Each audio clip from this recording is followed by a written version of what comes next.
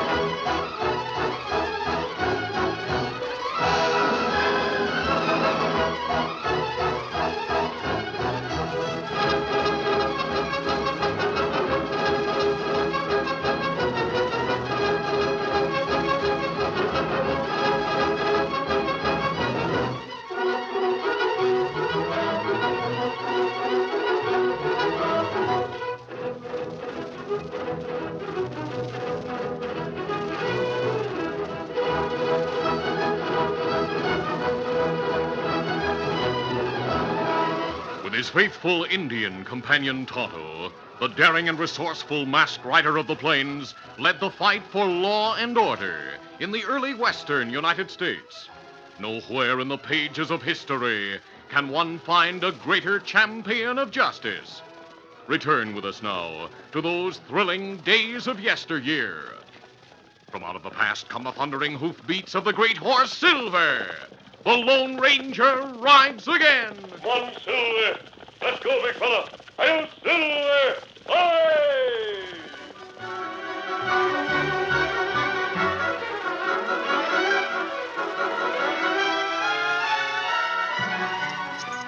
The Lone Ranger and Tonto rode an uphill trail that led to the Wyoming town of Circle City a few miles away. When they reached the crest of the ridge, they saw a farmhouse burning in the valley. Let's go, Tonto. Come on, Silver! Get 'em up, Scout! Racing downhill toward the fire, the masked man and his Indian companion saw a woman lying on the ground in front of the blazing cabin. She struggled to her feet as they brought their horses to a halt. Oh, easy, steady, big fella. The woman was young and appeared to be half blinded by blood that came from a head wound. We'll help you. Not me. Help my husband. Help Tom. Where is he? In the cabin. Oh, please hurry. Get him out. I'll try. Tonto, you stay with the woman. The Lone Ranger dashed across the yard and through the open doorway of the smoke-filled cabin.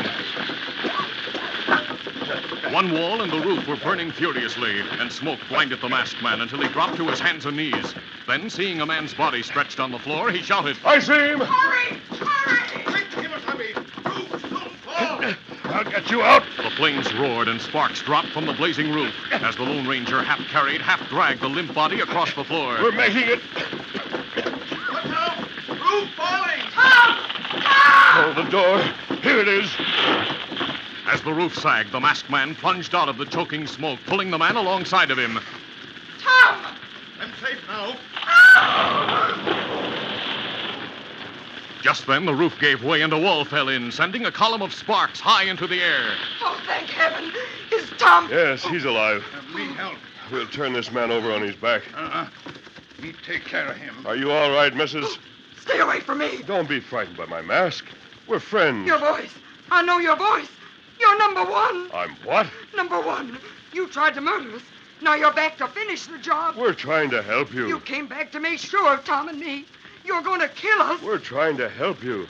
I don't understand what... Taken off your robe and you're wearing a mask now. But that doesn't fool me. Your voice gives you away. You're hysterical. If I'd wanted your husband to die, would I have brought him from the fire? Would my friend be giving him first aid? Huh? Oh, the Indian's helping Tom. Seeing the Indian giving her husband gentle and skillful first aid treatment, the woman's terror lessened. As she knelt beside the unconscious man, the Lone Ranger spoke reassuringly. Surely you ought to see now that my Indian friend and I have only good intentions. You seem to have mistaken my voice for that of another man. I must have made a mistake. I'm grateful for your help. But are you an outlaw? No. But that mask. People call me the Lone Ranger. The Lone Ranger. Oh, if I could be sure. Please trust me. Tell me your name. McGill. I'm Cassie, and my husband's name is Tom. You mistook me for someone else. Your voice is the same as that as the leader of the hooded men. Hooded men? Yes, they wear robes and hoods, and each robe has a number on it. For months they've been robbing homesteaders like us and burning the houses. Mrs. McGill, that bruise on your head needs attention. Oh, that's nothing. It's Tom who needs the attention. Bullet just brush man's head. Him only knocked out. Soon be up. Now me bandage your head. All right, but I have more to tell. Please go on, Mrs. McGill. Those hooded men, about a dozen of them, came while Tom and I were eating. We didn't hear their horses. They were in the cabin before we knew what was coming. Then... Yes, Mrs. McGill? Number one shot Tom. The others took what little money we had saved. Then one of them clubbed me with a pistol. After that, they must have set fire to the cabin. Yes, and left us to be burned alive. When I began to get my senses back, I found myself crawling in the yard and the cabin was burning. What? Who is... Him coming too. Tom, darling, don't try to get up. Everything's all right. Cassie. The hooded men. Where are they? Go on, Tom. I thought I heard... Who's that masked man? We're friends, Tom. Take it easy. You... With a surge of strength that came from fear and fury, Tom McGill rolled and got to his knees. Tonto, bending over him, was taken by surprise. What you doing? He snatched a gun from Tonto's holster and cried, I'll fix you, number one. No, Tom, don't. He isn't number You one. not He's shoot. Give me that gun. Take it easy, Tom. There. Me got gun. Yes, you've got it. Go on and kill me. Tom, you don't understand. The masked man isn't number one. He saved your life. He pulled you out of the cabin just before the roof fell in. He's the Lone Ranger. The Lone Ranger? Yes, Tom. Right now, Tonto and I want to provide for your comfort and safety. Then we'll try to find those hooded raiders. I'm sure these men are to be trusted, Tom. Well, have you any place to go? Any friends? Well, I think Whispering John Woods will take us in. Who is Whispering John Woods? A retired rancher who lives just this side of Circle City in a big white house. He's the biggest landholder in these parts, but he's been good to us and other homesteaders. Whispering John offered to buy us out a while back, but I didn't want to sell. He says the cattlemen at the other end of the valley are to blame for the raids. Well, that's possible. He hates them for it. He's posted a $5,000 reward for the capture of the gang. The federal marshal's holding the money, so if you fellas get the hooded killers, you'll be paid. We're not bounty hunters. All we want is to see justice done. Tell me, why is your friend called Whispering John? He lost his voice a number of years ago. He can't speak above a whisper. Did the raiders take your horses? They must have. The corral is empty. I see you have a one-horse buckboard left. I'll take you folks to Whispering John's place in it by fastening the shafts to my saddle girth and riding Silver. You're very kind, mister. And I'm mighty sorry I mistook your voice for a murderer's voice. We all make mistakes, Tom. Now I'll fix up the buckboard so you two will be comfortable during the trip. What me do? Find the gang's trail, Tonto, and try to follow it. When I come back, I'll follow you. You savvy.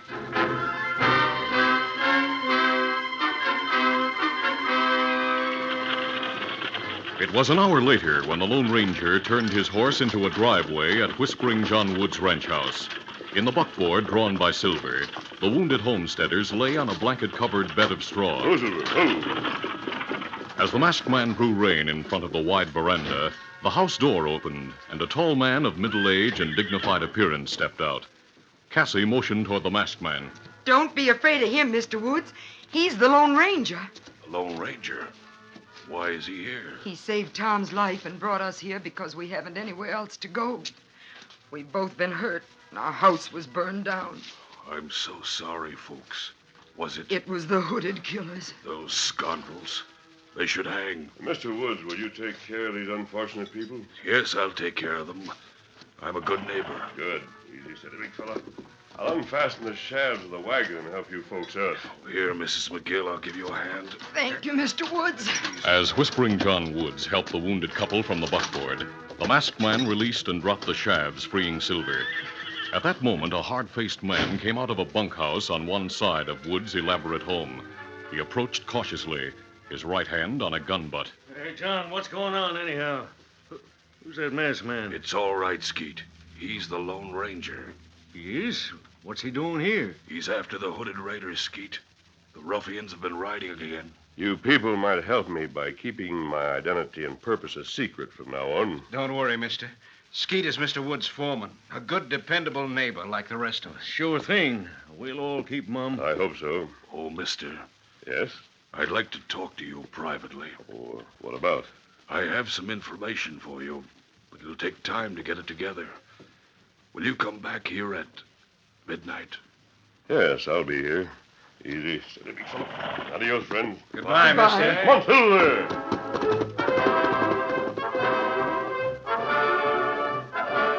Meanwhile, Tonto followed a trail that would have been invisible to most people. He frequently had to dismount and examine the hard ground on hands and knees to determine the route taken by the raiders. It was late afternoon when the Lone Ranger, following Tonto's trail, overtook his Indian friend. Tonto stood beside Scout and held a horseshoe in his hand. Oh, Silver. Oh. Aye. Easy, steady, big fella. Where did you get the horseshoe, Tonto? Me find it here on trail. Oh? And me sure it come from one of Crook's horses. Have you followed their trail this far? Uh-huh. Gang split up a long trail. Yeah. One go one way, one another. Here, only 3 men ride together. And we'll concentrate on the prints left by the hoof without a shoe. Not easy to follow. All right, bring the horseshoe with you. Me got it. Easy, Easy, steady, big Scout, fella. easy, fella. Come on, Silver. Get him up, Scout.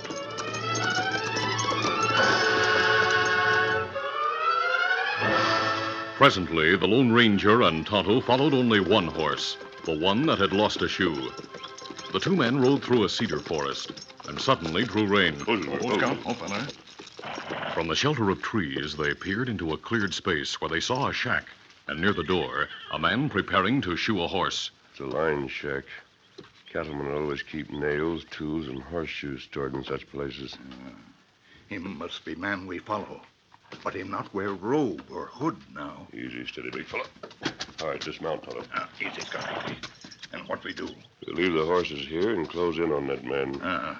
Me see if shoe fit horse.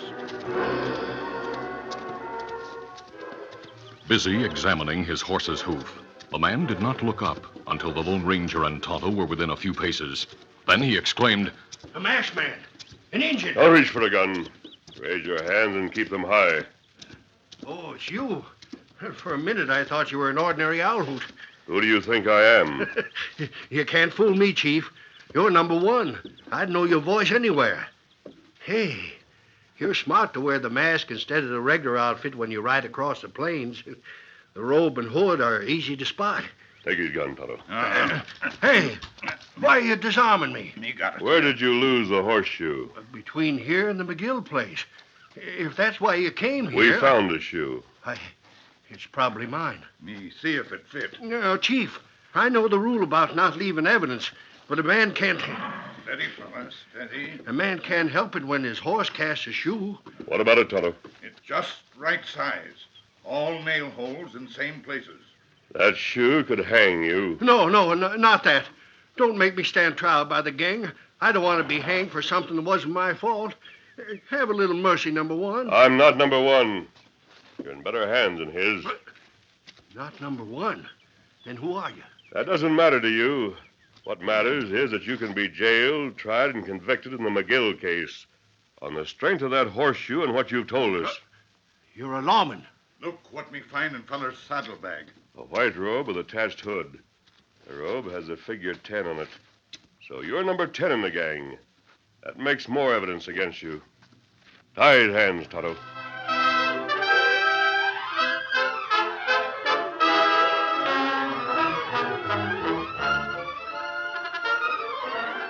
The curtain falls on the first act of our Lone Ranger adventure. Before the next exciting scenes, please permit us to pause for just a few moments.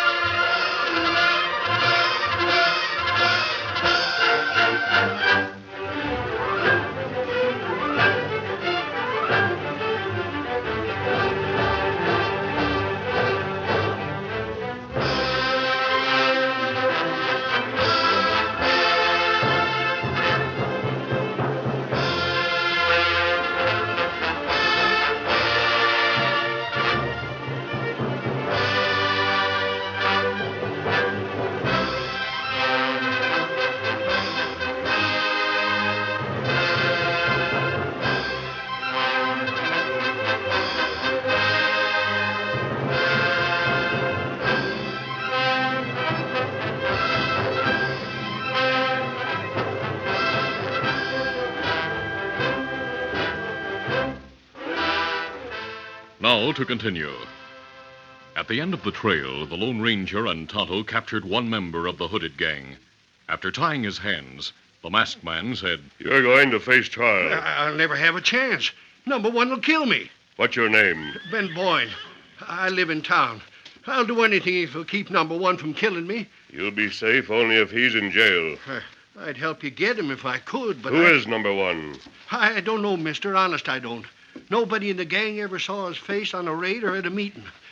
All I can tell you is that he has a voice like yours. And now I can tell there's a difference in your style. What's the purpose of your raids? Everyone shares in the cash we get, but the real purpose is to drive out the nesters. When a homestead is driven out, one of us proves his claim on the land, gets the title, and number one buys it from him. I don't know what he does with the land. When does the gang meet again? Tonight at 10 o'clock. We meet near the top of Gowdy's Hill. That's it over yonder. You have a password? Yes. Tonight is Victoria. If you've lied, you'll pay. I've told you the truth, mister. We'll see. Tie and gag him, Tonto. We leave him inside the shack for the federal marshal to pick up later. At 10 that night, 12 men met in a moonlit hollow near the top of Gowdy's Hill. Some came on horseback, some on foot, but all wore hoods and robes, and each robe bore a red number sewed on the front. No one suspected that number 10 was the Lone Ranger, who had made use of Ben Boyne's regalia to attend the secret meeting. Number 1 faced the others and spoke in a voice like that of the Lone Ranger. After preliminary business, he said, Ben, when I said the McGills could not be frightened into leaving their land, I was right. Well, that's why we left them to die in the fire. They didn't die. They were rescued by the Lone Ranger. Well, what? From sources I shall not reveal, I've learned that Whispering John Woods is harboring the McGills and intends to help them fight us. And the Lone Ranger intends to fight us. The Lone Ranger will be at Woods' home at midnight to get information and evidence to use against us. Well, let's get them all. Let's hang the lot and burn Wood's place. Sure. Quiet! I want you to raid Whispering John's house at midnight. Capture the Lone Ranger and the McGills. Why not kill them? I want you to kill them. Not at Whispering John's place. Take them somewhere out of town before you kill them. Leave Whispering John and his property unharmed. What for? He's trying to get us. I'll take care of him myself when the right time comes. All right, you say so. Meet here tomorrow night at 10 for reports and instructions. The password will be Ranger. Ranger. I'm leaving now. You watch one another, see if the rules of this organization are obeyed. Remember, no one is to leave here until I've been gone for half an hour. That's all. Easy there, boy. Easy. Get up there. Get up.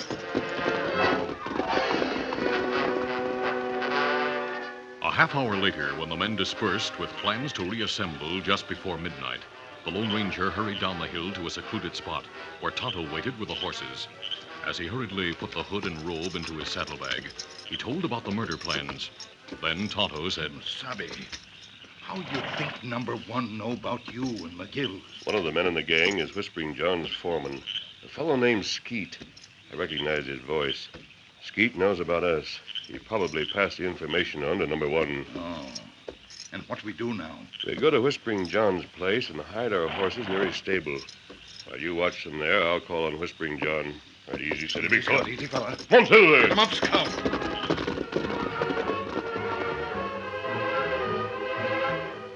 At 11 o'clock that night in Whispering John's home, Tom and Cassie McGill had retired to an upstairs bedroom. And Whispering John sat in his large living room reading a newspaper when the Lone Ranger entered. You're an hour too early. Yes, and I didn't take time to rap on the door. There's no time to waste. Something wrong? Yes, the hooded men are coming. They want me and the McGills. We still have time to get the young homesteaders to town where the marshal can protect them. We can stand off the scoundrels here? No, your own men can be trusted. Your foreman belongs to the gang. You'd be endangering yourself. I can't believe We it. haven't time to argue. Where are Tom and Cassie? Upstairs in bed. Come this way. Right. Rising from his chair, Whispering John turned his back to the Lone Ranger and walked slowly toward a side door, while stealthily drawing a gun from a shoulder holster. He turned suddenly. Raise your hands. You. Get him up. Taken wholly off guard, the masked man obeyed. You're number one. Finally found it out, eh? Lower one hand slowly and unbuckle your gun belt. Let it drop to the floor. You can't get away with this. I've been getting away with it for a long time, and no one, not even my foreman, has suspected me. Drop the gun belt. It seems there's a traitor in my gang. Who told you the men were coming here to get you and the McGills? You'll not learn that from me. I'm in no hurry. You'll be persuaded to talk when my men arrive. The sudden, surprising revelation called for a quick revision of the masked man's plans. He knew that he must act before the hooded terrorists arrived. Any move he made would be a desperate gamble, but there was everything to gain and nothing to lose. As he calculated the distance to the man who held the unwavering gun, he was hardly conscious of John Wood saying, Now take off that mask. Did you hear me? I said take off that mask. The Lone Ranger set himself to drive low at John Wood's knees, hoping the bullet that was sure to come would pass over his body. So you'd like to know my identity. Well, to find out, you'll have to kill me. Number One's legs were swept from under him from the force of the masked man's charge. While on the floor, he fired again. The shot went wild. I'll kill you. The Lone Ranger swung his right fist. The blow struck John Wood's stomach. Here's another. It was a knockout blow straight to the chin. As the Lone Ranger took John's gun, then picked up his gun belt, Tom and Cassie rushed into the room. What's the shooting? We heard Cassie. John's on the floor. Whispering John Woods is your number one man. We heard his voice. Me hear gunplay. Yes, Tonto. Number one nearly got me. You're wounded. Your shoulder. It doesn't bother me. I'm sure it's only a scratch. Whispering John on floor. He's number one, Tonto. Tie and gag him before he regains consciousness. The Lone Ranger buckled on his gun belt and explained what had happened while he searched the room. Tonto did an effective job of binding the unconscious outlaw. He had just finished tying a gag in place when the masked man drew a hood and robe from a table drawer. Here's what I've been looking for. A hood and robe. Number One's. What we do now, Kimasabi? We'll carry John into the next room. Tom, you take his gun and guard him. Whatever you say. I'll help you, Tom. I'll wear number one's regalia and meet the rest of the gang. And what me do? Hurry to town, Tonto. Tell the federal marshal everything. Tell him Lone Ranger here? Yes, tell him if he'll bring a posse and surround the house, he might be able to capture all of the outlaws.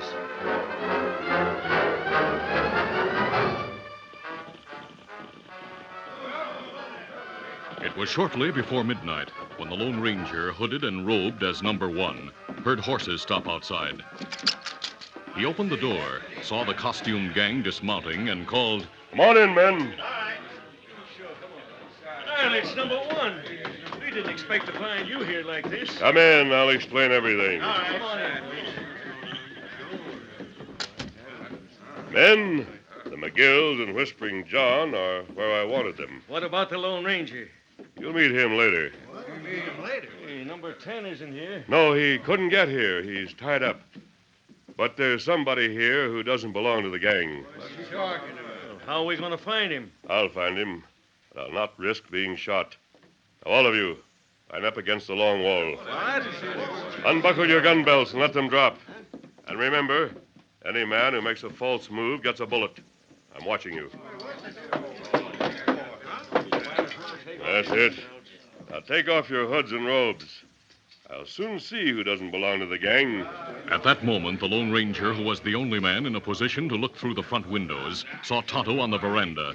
The Indian grinned and signaled. Then Skeet said, Well, number one, we're all unhooded. Do you see anyone who don't belong?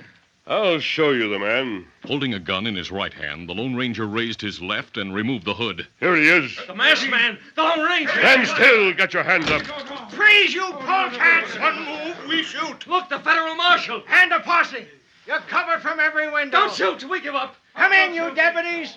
Gather up the guns and handcuff them. take care of him, Marshal. We're covering the polecats. We got handcuffs rolling. While the terrorists were being handcuffed, the Lone Ranger pulled off the robe and called to Tom McGill in the adjoining room. Tom, free the prisoner's ankles and remove the gag. Then bring him in here. A moment later, Tom and Cassie McGill entered the living room with John Woods.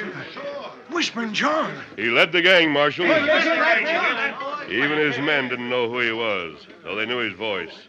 That's why he spoke in a whisper while pretending to be an honest rancher. I see it all now. Tom and Cassie McGill and a confessed member of the gang named Ben Boyne, whom you'll find in the Cedar Line camp, will supply you with enough evidence to convict Woods and the others. Mister, you cleaned up the worst gang in the West. I can't figure why these men bothered stealing what little they could get from the homesteaders.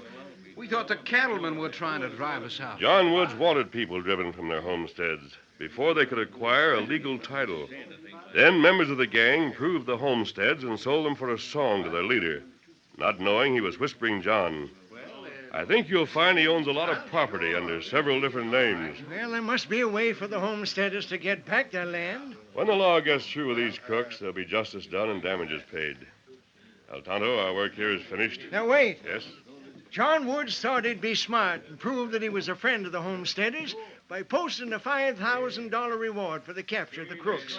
Tom and Cassie McGill are the ones mainly responsible for the capture of the gang. But, mister, we didn't do Well, that. I'll admit that they're next in line after you and Tonto. We never accept rewards.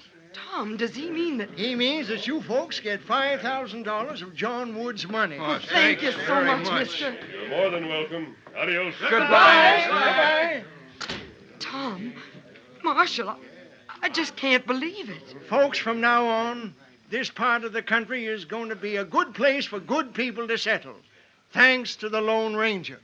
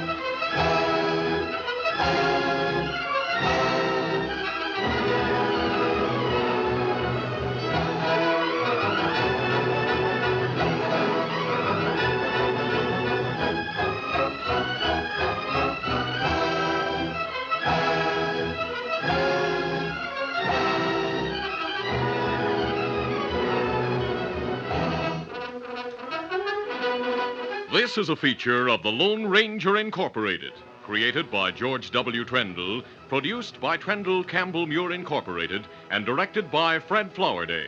Tonight's drama was written by Fran Stryker. The part of the Lone Ranger is played by Brace Beamer.